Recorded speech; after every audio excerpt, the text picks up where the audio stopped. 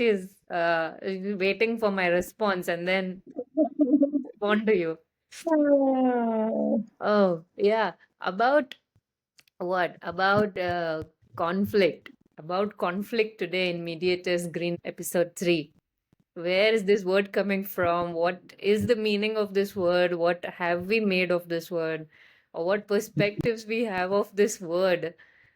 Can it go by itself, or does it need a prefix or suffix to stand? Yeah, what about conflict? What about conflict? Now, there besides conflict, there's also dispute, Hmm. right? So are dispute and conflict one and the same? Though they are used interchangeably, right? Yeah. Off and on. But in my opinion, correct me if I'm wrong, in my opinion, the basic difference between a dispute and a conflict is a dispute is something where, you have a disagreement with somebody over a specific issue, Hmm. something very specific, which maybe you are able to uh, negotiate with the other person and get it sorted out. Maybe, for example,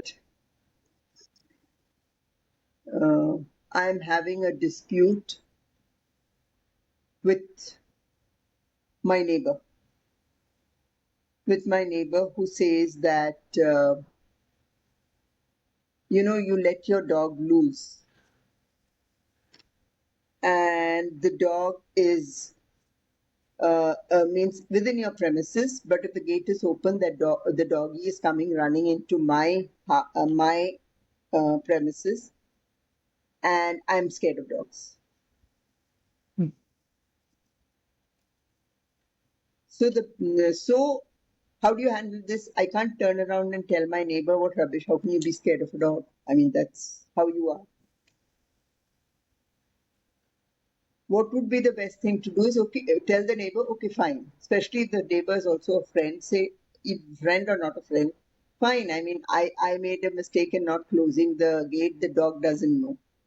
So I will ensure that the gate is closed and ensure that if my children leave the gate open, that it's closed. And I also request you that if you see my gate open, which leads into your premises, just give me a call.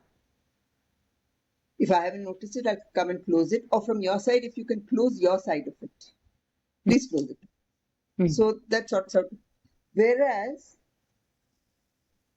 uh, conflict is something beyond that. Conflict, in my opinion, is something which has a lot of layers. Like it could be something within the family, or say you take a business family. Huh? It could start with a disagreement. Hmm. A disagreement between a father who's the head of the family, who heads a business, is a joint family, and also a joint business. Yeah, starts with a small argument about with his sons when they want to expand the business, and he has been like it was his father's. He's taken over. This could be, for example, I'm just giving a random example, a real estate business. Yeah. So the sons come to him with a proposal that why, okay, we are doing well, but times are changing. Why don't we think of expanding our business uh,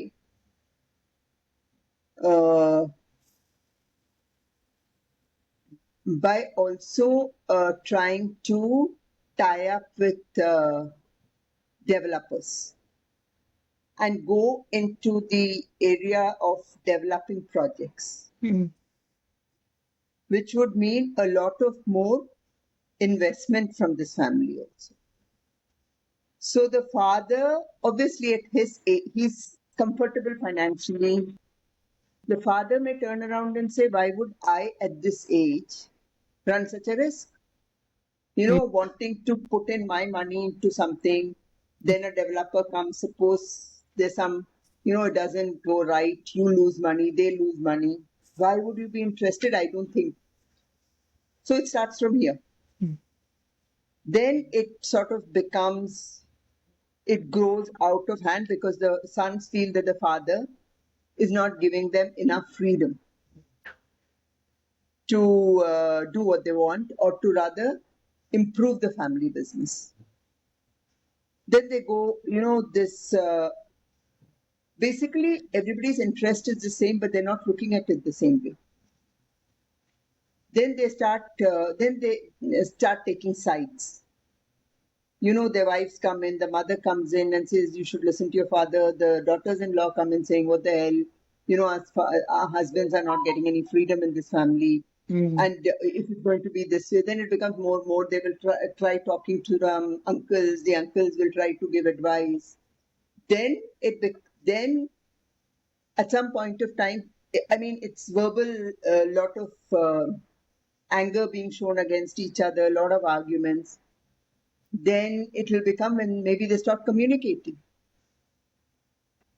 and maybe then one says, okay, let's have a division of our business and the properties, and let's see a lawyer. So see, a small thing has become a big blow because they could not handle it. Mm. Has become a big conflict, which is ending up here.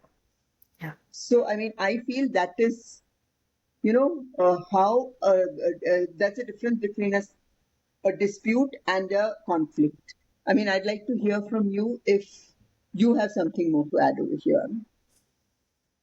Uh, Going back in history for me, during the law school or being a lawyer or a company secretary, mm, uh, I've only heard the word dispute, and I've only used the word dispute. Now, there were very few situations where I would have found myself to use a word conflict to describe something that's going on. But it's only after mm my master's in law, and when I learned about further dispute resolution processes, and one of them being mediation, and I saw the increase in use of the word conflict to describe a disagreement or a battle, uh, coming from just a disagreement of yes or no. Someone says yes, other says no. That could also be a conflict to going about the two nations fighting with, and then it being called as a armed conflict. So there's a family conflict, there is workplace conflict. So conflict, the term has been used in different way. That's where it kind of uh, brought clarity, some sort of clarity as to how I looked at the word dispute, and what I have perceived of this word conflict. So for me, dispute, it is just, I have internalized that it is bound with a process. There is a dispute between two people, there is dispute between two companies, dispute between two nations about something, and they're going to do something about it step by step. But when it comes to conflict, it's more about just having that disagreement or dispute. So it's dispute plus emotional trouble, mental um, disturbance, could be financial as well, then social impact. All of this together then clubs into a bigger term that is a conflict. Yeah, Like when I looked up the meaning, or let's say definition or meaning in the dictionary, it says it's conflict is collusion, or to strike together. The yeah, um the two parts of these words, no, one it says to strike, to battle, or to collide, and then the other part of it says together, and then it gives a feeling that only when you're together you'll have a chance of conflict, and when you're not together, even with yourself or outside, there will not be any conflict as such there.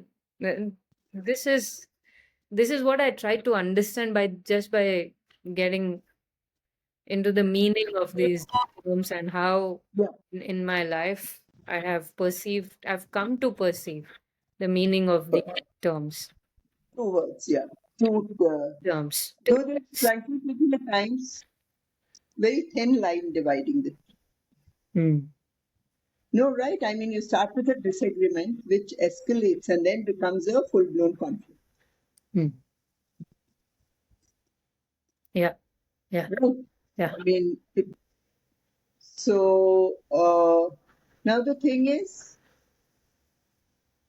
if there is a conflict, I mean, as you very rightly said, there could be conflicts at home, conflicts at your workplace, conflict in your business. So when there's a conflict, or say when it starts off with a disagreement, what is the best way to sort of uh, manage these conflicts? Or uh, see, there are two ways of looking at it. When you have a disagreement with somebody, there's some people who sort of say, okay, forget it. I mean, I don't want to. I don't want to deal with this person anymore. Is that a good way of managing a disagreement, cutting off the other person? Or would it be better? Because, cutting off the other person means whether, be it at work, suppose you have a manager, you are working in an organization, you have a manager, and the manager says that, I think you need to improve on ABC skills, which in the long run will be better for you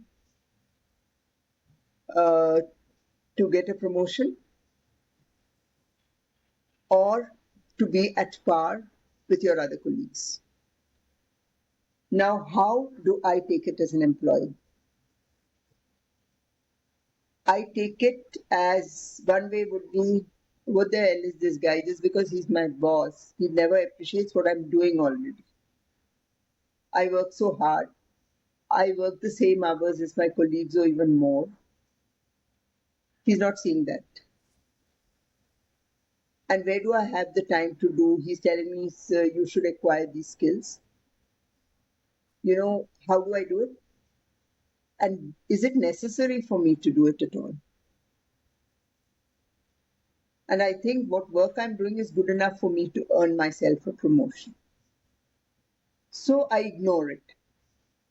So there is a disagreement between you and your boss. It could escalate to a conflict when yearly reviews come up and one or two of your colleagues who are working get promoted, you don't. Hmm. Then you get very frustrated and you go and start off a big argument with your boss. What the hell? I mean, I've been putting so much of an effort and you never bothered. You don't even don't appreciate what I do. So at that time, the boss will say, I did warn you a long time back.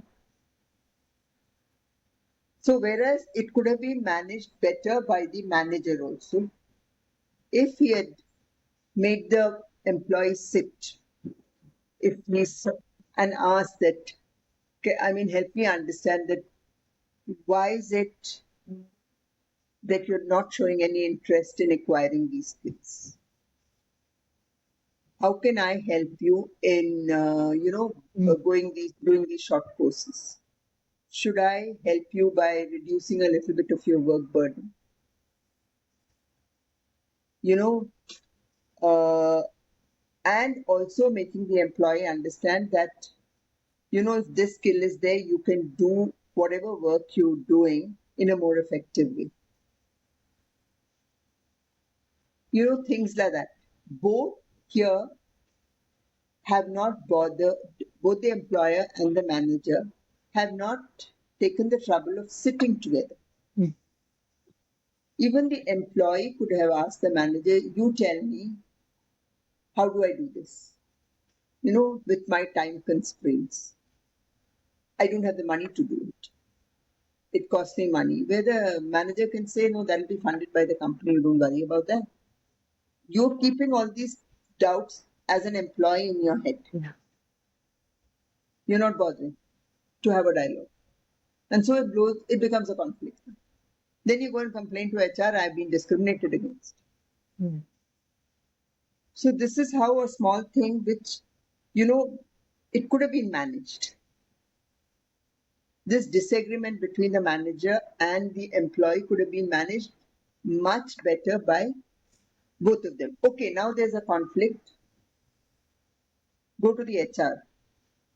So the HR again has some opportunity to try to salvage the situation by having a dialogue with the manager, with the employee, hearing both sides out, and saying that, okay, I mean, this is why you were asked to do this. And then ask the manager, did you ever take time to explain to the person why it was so necessary? Did the others have the same skills? How would you help with time to that, as far as time is concerned? The HR then can play a good role in managing this conflict, right? So managing conflict, Mm. even if it sort of is very important. Don't you think so? Yeah. Yeah. I mean, could be in any scenario. I've taken just a Yeah. random workplace. It could be some other scenario too. Yeah, that helps to understand the start and maybe not the end, but start and going towards the end of a situation which can be termed as a conflict. Um, I can like recall how we use this word conflict also healthily, like if just I can think of like a piece of cake that's there kept in front of me. Now I know it is forbidden for some reason or the other, and I am not to have that amount of sugar. But now I say I am going through a conflict. And then when I'm looking at the But piece of cake, so what should I do now? And then you start having that dialogue with yourself, like the debate, the inner debate. So um there is development of these inner dialogue that you have, although it's in a debating form, like should you or should you not, or who is going to win, what is right, and all of it. And then we say like, okay, um I cannot have that. What I could do is I could remove the cream of it and have just the bread part of it. Maybe I will reduce the sugar. But this is where you lead it to. But when I'm thinking of applying the word dispute to this, it's like I cannot have that. It's just like yes or no. And then what should I do about it? That's it. It just stops over there. And um there's no space for introducing healthy conflict as well, where the term I heard of this in podcasts of using the word healthy, using the terms healthy conflict, which can be allowed, and that's where you reach to a good decision, or a decision that can be yes, worthy of reaching after you've had that debate. We could, what you shared about that workplace situation, it is good to look at it and also think as to when this has occurred between the manager and the employees, and then the HR acting as a mediator because they are present. It's good to look at it also as to what if conflict is in itself, including an HR, then what they have to do. Because when we look at the workplace scenario, it's a bit different than family and business. In family, you might still feel equal. Feel equal. You may or may not be, or I would say you should be. But in business as well, you just think of yourselves as equal. When you're all, the size of business might matter, but you're still businessmen, business people. But when we talk about workplace, there is power, there is authority, there is some reactionary um, mm, allowance to the other person that they can react. In when we talk about conflict, we learn to respond than react. But when we talk about workplace, it's somewhere the boss or the manager or the HR suddenly feels that they can react because this is what they are expecting. So it'll be good for us to even look at how and what in this kind of workplace conflict, which seems quite unique in itself because of the dynamics it has.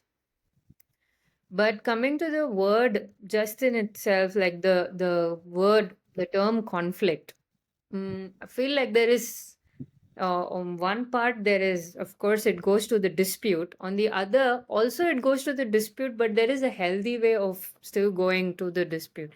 Even when it's mediation, we call it like healthy discussion. But what are you discussing? You're discussing the same dispute. You're still going how you're dealing with it. Maybe there is a how we are dealing with it has the influence of what we name it or what we term or what it includes. Maybe I'm just loud thinking with you. I mean, this also brings a thought that a conflict can be like within us as well as outside. We use this term that person is conflicted. It's because that person has said something in words but has done something else in actions.